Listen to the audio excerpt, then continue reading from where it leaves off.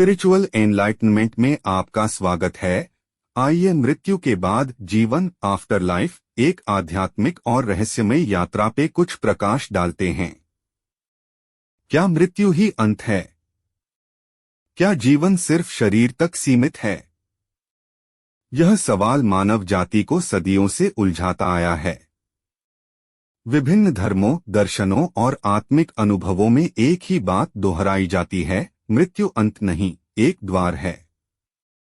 यह द्वार हमें उस संसार की ओर ले जाता है जिसे हम परलोक, परम चेतना या अधिभौतिक अस्तित्व कहते हैं। इस वीडियो में हम समझेंगे मृत्यु के बाद क्या होता है, आत्मा की यात्रा कैसे होती है और इसे विभिन्न दृष्टिकोणों से कैसे देखा गया है। मृत्यु क्या है? मृत्यु केवल शरीर का त्याग है, आत्मा का नहीं। शरीर पंचतत्व से बना है, पृथ्वी, जल, अग्नि, वायु और आकाश। जब मृत्यु होती है ये पंचतत्व वापस प्रकृति में मिल जाते हैं। आत्मा, कॉन्शसनेस एनर्जी, शरीर से बाहर निकल जाती है। यह आत्मा ही वास्तविक मैं है जो मृत्यु के बाद अपनी यात्रा आरंभ करती है। आत्मा की पहली यात्रा मृत्यु के तुरंत बाद।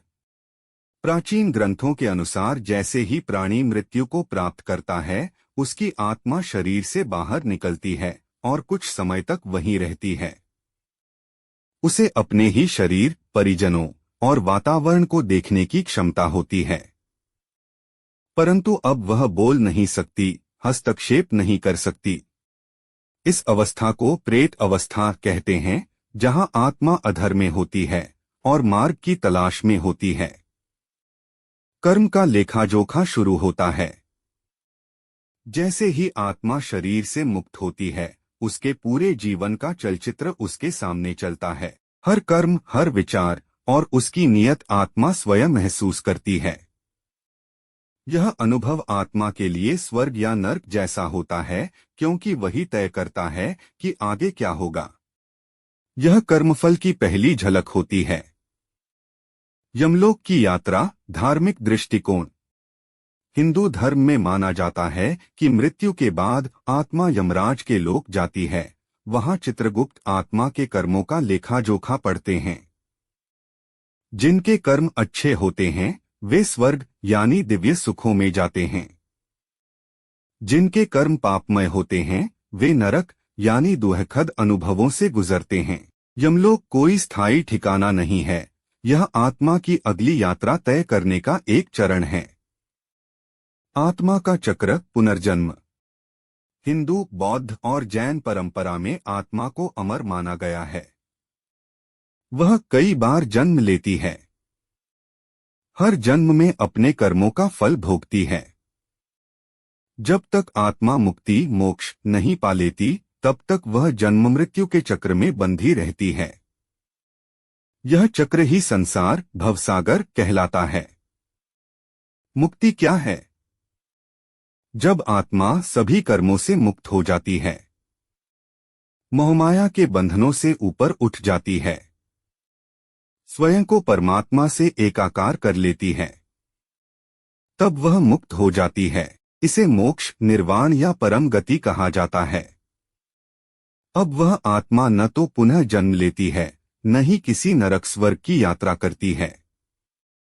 वह परम शांति और चेतना में विलीन हो जाती है। मृत्यु के बाद की चेतना आध्यात्मिक दृष्टि से। आध्यात्मिक साधना करने वालों का अनुभव बताता है, मृत्यु के बाद आत्मा का बोध बना रहता है। उसे अपने कार्यों की समीक्षा करनी पड़ती है। उच्च साधकों की आत्मा प्रकाश स्वरूप बनकर ऊपर की लोकों में चली जाती है। कुछ योगी अपनी मृत्यु स्वयं तय करते हैं, इसे कहते हैं महासमाधि। भौतिक अनुभव वर्सेस आत्मिक सत्य। आज विज्ञान भी नियर डेथ एक्सपीरियंसेस (NDEs) और out of body experiences (OBEs) को मान्यता देने लगा है। कई लोगों ने मृत्यु के बाद प्रकाश देखना, दिव्य संगीत सुनना और जीवन की समीक्षा अनुभव की है। ये अनुभव हमें संकेत देते हैं कि चेतना शरीर से स्वतंत्र है। आत्मा भटकती क्यों है? कुछ आत्माएं मृत्यु के बाद भी आगे नहीं बढ़ पाती। इसके पीछे कारण होते हैं अधूरी इच्छाएं, अचानक मृत्यु या आत्महत्या, अत्यधिक मोह या प्रतिशोध, पिंडदान और संस्कारों की कमी। ये आत्माएं पृथ्वी पर ही भ्रमण करती हैं और कई बार भूत प्रेत या संवेदनशील ऊर्जा के रूप में अनुभव की जाती हैं। मृत्यु से डरना क्यों नहीं चाहिए? मृत्यु एक संक्रमण है, जैसे एक कमरे से दूसरे कमरे में जाना। यदि हमने जीवन में सच्चे कर्म किए, ध्यान, सेवा और भक्ति को अपनाया, मोह और भय को छोड़ा, तो मृत्यु सुखद, शांतिपूर्ण और दिव्य हो सकती है। मृत्यु के बाद जीवन अंत नहीं, आरंभ है। आफ्टर लाइफ कोई कल्पना नहीं, एक अंतर्ज्ञान का सत्य है। हर आत्मा एक लंबी यात्रा पर है, जन्म, मृत्यु और पुनर्जन्म इसके पड़ाव हैं।